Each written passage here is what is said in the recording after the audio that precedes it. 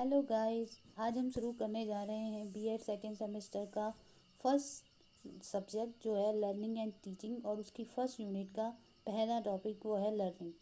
अब हम पढ़ेंगे कि what is learning, what is meaning of learning, definition of learning and nature and characteristic of learning. तो सबसे पहले हम देखते हैं लर्निंग क्या होती है। Learning is the process of acquiring new understanding, knowledge, behaviour, skills, value, attitude and preference.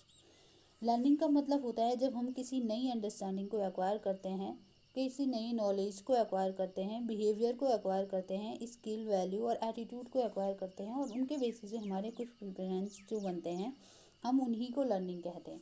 Learning का मतलब ये नहीं है कि हमने कोई चीज़ हमें पता चल गई या हमने कोई अंडरस्टैंडिंग बना ली या कोई बिहेवियर हमने सीख लिया तो वो आउटसाइड ना दिखे, वो हमारे एक्सटर्नली शो ना हो, ऐसा नहीं है। लर्निंग जब हम कुछ सीखते हैं तो वो हमारे बिहेवियर में झलकती है। तो इसी से एक दूसरी मीनिंग लर्निंग की निकल के आती है कि learning is permanent change in behaviour for better and worse which result occur as a result of practice and experience.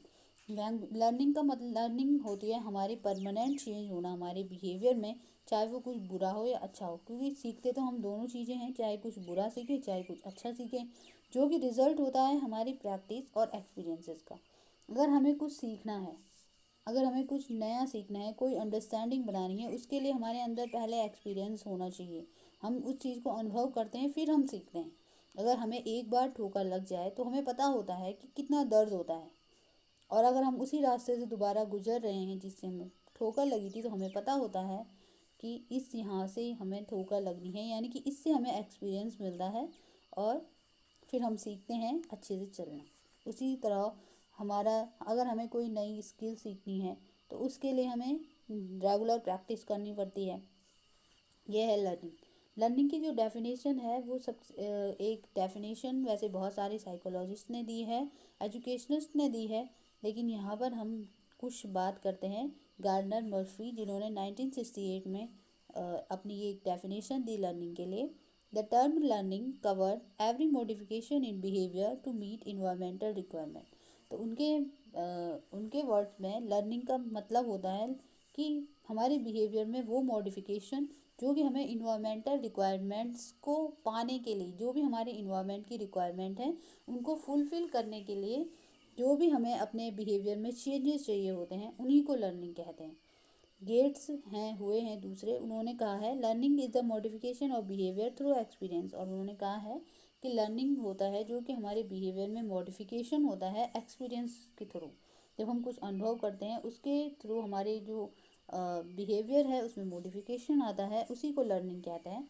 Kingsley and Gary, learning is the process by which behaviour change through practice and training, और इन्होंने भी यही कहा है Kingsley and Gary ने कि learning जो है ऐसी प्रोसेस है जिससे कि हमारा बिहेवियर चेंज होता है प्रैक्टिस और ट्रेनिंग करने से। किसी चीज़ की प्रैक्टिस और ट्रेनिंग करने से जब हमारा बिहेवियर चेंज हो जाता है उसी को हम लर्निंग कहते हैं।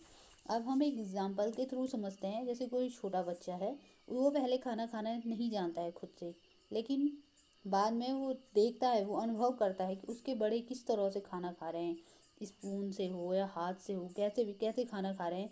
फिर वो उन चीज़ों को सीखता है, और हमें कैसे पता चलता है कि बच्चे ने सीख लिया, उसके बिहेवियर में शो होता है। कुछ टाइम बाद जब बच्चा बड़ा हो जाता है तो वो शो करता है कि अब मुझे तुम्हारे हाथ से नहीं खाना, अब मुझे अपनी मम्मी के हाथ से नहीं खाना, अब मुझे खुद चम्मच से खाना है, खुद अपने हाथ से खाना है। तो उसके बिहेवियर में चेंजेस आने शुरू हो जाते हैं, उसी को हम लर्निंग कहते हैं। हम जानते हैं कि बच्चा खाना खाना लर्न कर चुका है। Okay, now second topic is nature and characteristic of learning. अब हम लर्निंग के जो नेचर है, जो प्रकृति है और जो इसके फीचर्स हैं हम उसको जानेंगे। Learning is change in behaviour. Learning का मतलब होता है कि बिहेवियर में चेंज आना, जो कि अभी मैंने बताया। Learning is continuous life long process. Third है learning is a universal process, सभी सीखते रहते हैं। लर्निंग फोर है learning is purposive and goal directed. ठीक है। फिफ्थ है learning involves reconstruction of experiences. Six है learning is the product of activity and environment. Seven है learning is transferable from one situation to another. Eighth है learning help in attainment of teaching learning objectives. Ninth है learning help in the proper growth and development and also in personality development. Okay, तो ये सारे हमारे learning के nature और characteristic हो गए। कल जो हम अगला टॉपिक पढ़ेंगे वो होगा domains of learning and factor influencing learning.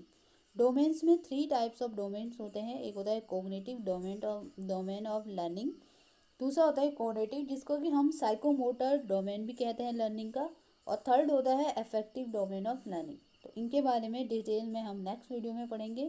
Thank you. I hope ये वीडियो आपके लिए यूज़फुल रहा होगा।